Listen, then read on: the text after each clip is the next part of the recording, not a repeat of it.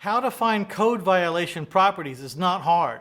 You just get down to your county courthouse or get on your computer and tap into your county courthouse, and you can find these property code violations pretty easy. The thing is, what else is there to know about property code violators?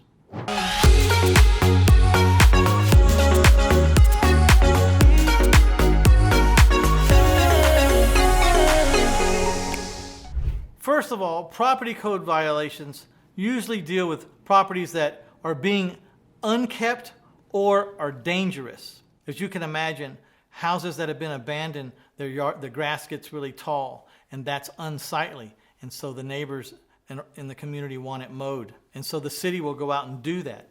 As you can also imagine, the city's fee for mowing your lawn is probably pretty stiff, and it is. Other examples is like an abandoned house where all the windows have been broken out and the doors have been kicked in and everything. Well, those houses present a health hazard and a danger to children and stuff because nothing good happens inside those houses. So the city might go out and board up that house, all the windows and all the doors. You can imagine how much they would charge you for that. And believe me, it's steep. So you got to figure, if someone's hitting that property code violation list and you can see where the city's placed a judgment on that property and on that taxpayer of record for the services that they've done, then you got to figure that absentee property owner has a problem. And that problem is that property. So what if this list of property code violators isn't easy to get? Well, you know, the harder a list is to get, the more valuable it is. If it's hard for you to get it, then it's hard for everyone else to get it. So find out how you get your hands on that list. If it's not easy, talk to someone, go downtown to the courthouse, speak with people, and figure out how in the world you can get your hands on that list every month in a timely fashion. If they don't want to give you that information, perhaps you ought to fill out a Freedom of Information Act form and have it signed and ready in your back pocket. Because at that point, if they don't want to show you how to get to these lists, then you just present your Freedom of Information Act form and ask to speak to a manager and tell them that you're very serious about getting this list of people. After you have that list in your hand, now you have to take some action and actually go find and speak to the owners of that abandoned property that's having the judgments put against it. Now, I find this interesting because sometimes we get on the county courthouse records and we find the address of the taxpayer, but when we go to that address, the taxpayer isn't there. These properties really interest me because if I can't find this taxpayer of record for that abandoned house, neither can anyone else. That means when I finally do find him, I have no competition for this house.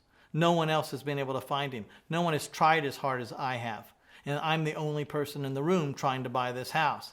That makes for a lot better potential for profit and a consummated deal. Now, how you might find them, if a person's really difficult to find, you might have to employ the art of skip tracing to find them. And that's a whole nother topic that we'll be talking in the next episode.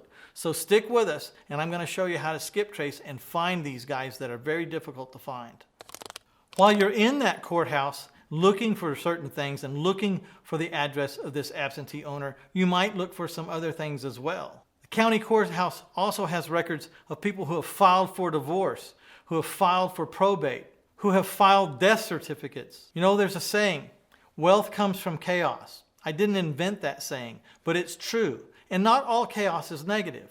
There are people that get job transfers and promotions that have to leave town, and they have properties they have to deal with. There are lottery winners who win huge amounts of money that don't care about the little house they live in anymore and are willing to just hand it over to someone. There's a lot of good things that can happen to people that cause change as well. Sometimes I've bought houses from people who were very happy, mature people that got married late in life, and they took two households, two full houses of everything, and they had to combine into one house, leaving the house that they were leaving behind for someone like me to pick up, use as a rent house or a seller financed house. The reason why I like code violation properties is because they're usually easy to find and they usually have a list pretty ready.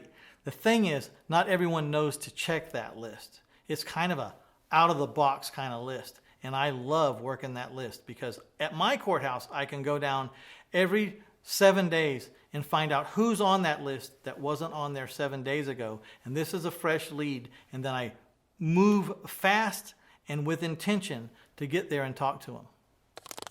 I spent over 2.5 decades learning how to build wealth and cash flow through real estate. I knew that failing was going to be part of that. I didn't think for a minute that I was going to get through this process and not fail. But the question was, how am I going to fail and still be able to move forward? How am I going to fail without going under and drowning? And I discovered how to do that, and I wrote about it in a chapter of my book, My Life in 1,000 Houses, Failing Forward to Financial Freedom. And that chapter is called The Moat Theory. And if you would like to read that chapter called The Moat Theory, then just click on the link below, and I'm going to give you that chapter because I believe it's vitally important to anyone who's starting out in a new endeavor, because you know you're going to fail. The trick is, how do you fail without going under? How do you fail forward? All right, I'll see you in the next episode. Be sure to hit that like button and that share button.